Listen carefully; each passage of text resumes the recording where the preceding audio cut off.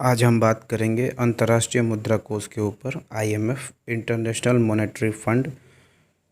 इस कोष की जो स्थापना वर्ष है 1945 तथा इसके सदस्य राष्ट्रों की संख्या 189। साथियों, इसका जो मुख्यालय है वाशिंगटन डीसी में है। ब्रेटन वुड्स सम्मेलन के दौरान ये अस्तित्व में आया।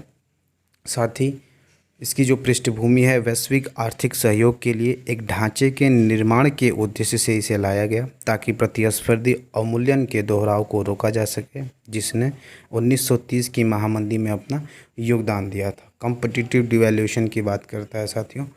चलिए अब इसके उद्देश्य की बात करें तो वैश्विक वित्तीय स्थिरता सुनिश्चित करना, वैश्विक मौद्रिक सहयोग को बढ़ावा देना, सतत आर्थिक विकास एवं उच्च रोजगार को बढ़ावा देना, दुनिया भर में गरीबी कम करने का प्रयास करना, विनिमय स्थिरता को बढ़ावा देना तथा भुगतान संतुलन की समस्या को दूर करने का प्रयास करना ही इसका मुख्य उद्देश्य है। साथियों, अब आगे आईएमएफ में हम इसके कार्य की बात करेंगे।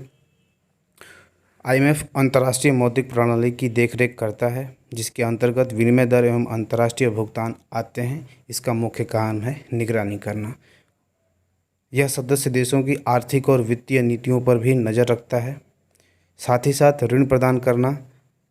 आईएमएफ सदस्य देशों की भुगतान देय समस्याओं के लिए ऋण प्रदान करता है, ताकि उनका अंतर्राष्ट्रीय रिजर्व पुनः तैयार हो सके। साथ ही साथ ये अपनी मुद्रा में स्थिरता ला सके तथा निर्यात का अनवरत भुगतान हो सके। यह इसके मुख्य कार्य में शामिल होता है। चलिए अब बात करेंगे क्षमता विकास की।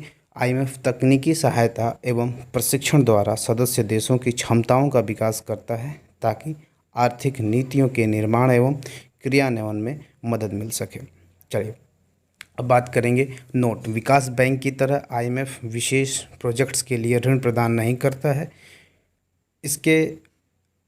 इसके द्वारा जो जारी रिपोर्ट होता है ग्लोबल फाइनेंशियल स्टेबिलिटी रिपोर्ट, जिसको वैश्विक वित्तीय स्थिरता रिपोर्ट कहते हैं, और दूसरा है वर्ल्ड इकोनॉमिक आउटलुक। यह दो रिपोर्ट आईएमएफ द्वारा जारी किया जाता है। चलिए अब कोष का निर्माण पढ़ेंगे हम। चलिए, आईएमएफ कोष के वित्तीयन का प्रमुख स्रोत कोटा होता है। समझेंगे कोटा क्या है। आईएमएफ के प्रत्येक सदस्य राष्ट्र को मुख्यतः विश्व अर्थव्यवस्था में उनकी सापेक्ष स्थिति के आधार पर कोटे का आवंटन किया जाता है। कोटा क्या है? प्रत्येक सदस्य को अपने कोटे का 25% स्वर्ण या डॉलर के रूप में जमा करना होता है। कोटा का जो शेष भाग है वह अपनी करेंसी के रूप में जमा कर सकता है। सदस्य राष्ट्र के कोटे में परिवर्तन उनकी अर्थव्यवस्था के अनुसार किया जाता है। चलिए अब हम समझते हैं कोटे की गणना कैसे होती है। कुछ आधार पर की जाती है जो निम्न है।